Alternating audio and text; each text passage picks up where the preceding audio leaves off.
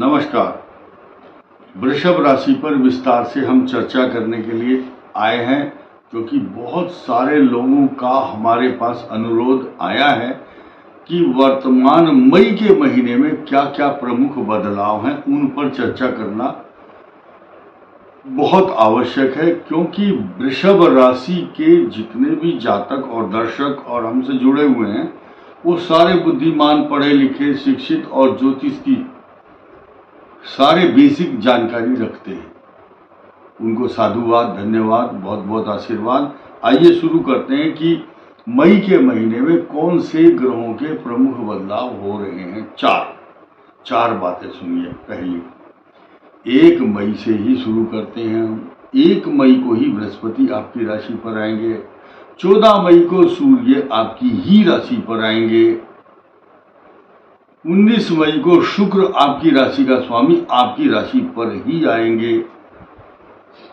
31 मई को बुध ग्रह, जो आपकी बुद्धि, ज्ञान, धन, स्थान, वाणी, धन, कुटुंब, वाणी का स्वामी है, पंचम ज्ञान, बुद्धि, विवेक, संतान तथा एजुकेशन, गूढ़ विद्याओं का ज्ञान रखने वाला जो स्थान है, उसका स्वामी भी आपके धन, कुटुंब, वाणी, फाइनेंस हाउस को भी गवर्न करता है।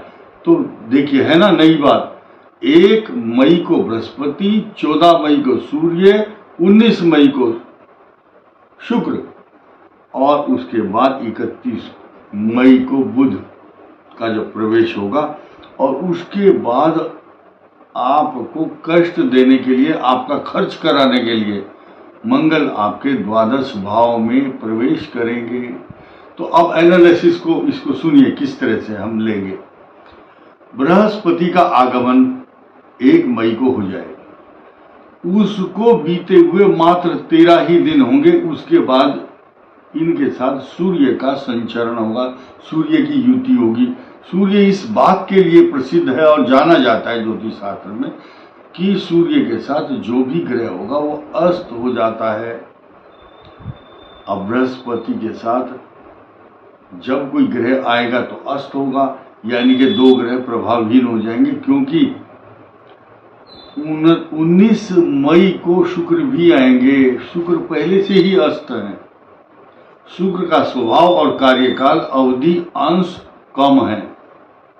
उनके अंशों की गति अलग है, बृहस्पति के अंश की गति अलग है।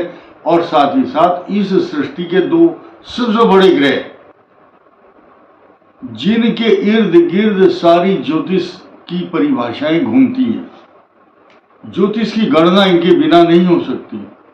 चाहे सूर्य हो, बृहस्पति और शुक्र, जो कि दैत्य और देवताओं के गुरुदेव हैं, ये दोनों भी एक राशि पर हैं।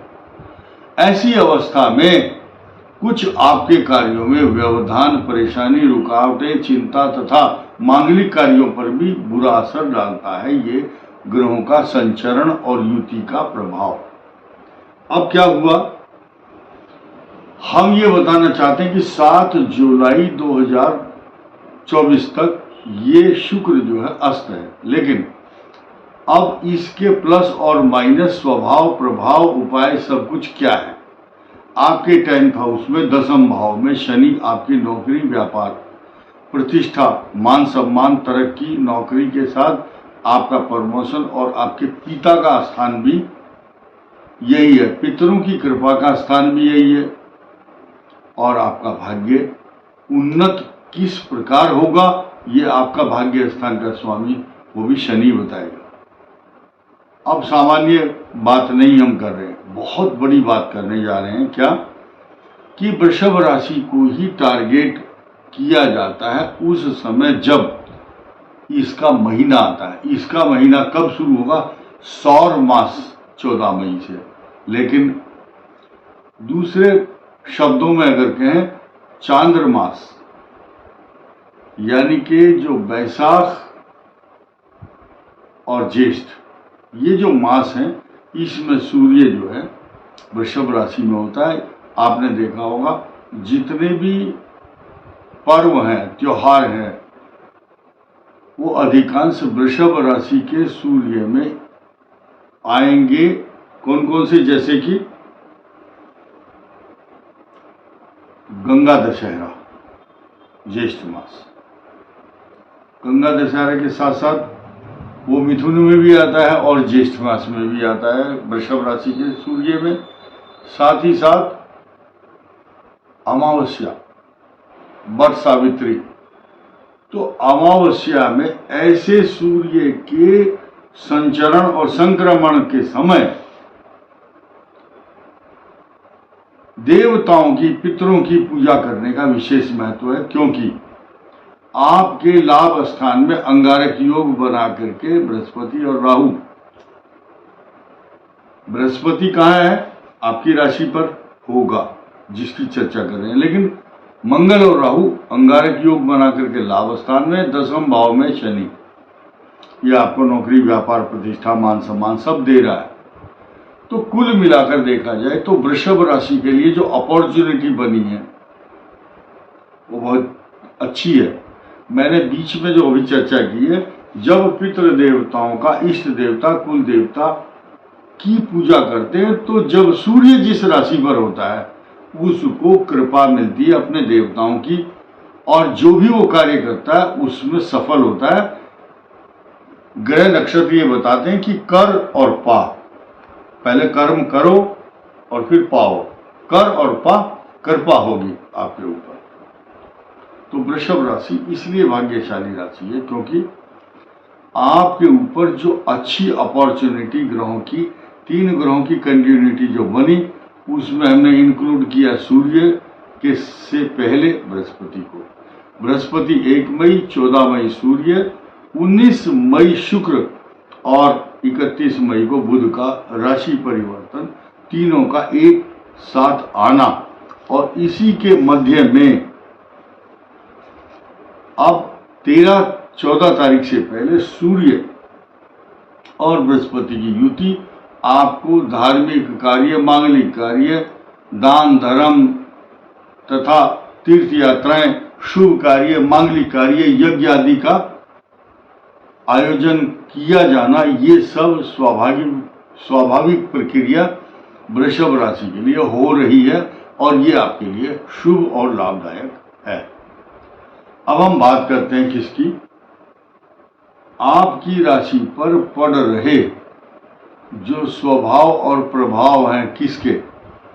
राहु के। राहु की पूर्ण दृष्टि वृषभ राशि पर है, और जब और भी खराब स्थिति बनेगी जिस समय 14 मई को सूर्य वृषभ राशि पर आएगा। ये बात अलग है कि वहां पर वह पहले से ही विराजमान बृहस्पति देव उस राशि को सुरक्षात्मक दृष्टि से संभाल कर रखे हुए होंगे, लेकिन यहां भी एक नई बात है कि बृहस्पति का वृषभ राशि के साथ अच्छा सुयोग संयोग नहीं रहता, लेकिन बृहस्पति का स्वभाव है, अपनी तरफ से कोई बुराई नहीं आती, अपनी तरफ से कोई बुरा नहीं चाहते किसी को। देवताओं के गुरु बृहस्पति का गुण है कि जिस राशि पर बैठेंगे उसको शुभत्व प्रदान करते हैं, काम ही यही है इनका। जैसे एक स्कूल में टीचर पढ़ाने के लिए जाता है तो अपनी अच्छाइयां बच्चों को बताता है कि देखो बेटे तुम्हें अच्छा बनना है, यही बृहस्पति देव हैं, इनको गुरु कहा गया है, ये तो अच्छा ज्ञान ही देंगे, बुद्धि, विवेक, सांत्वना, सज्जनता, सहनशीलता, शांत स्वभाव और शालीनता के साथ साथ उसकी सुरक्षा भी करते हैं वृषभ राशि की।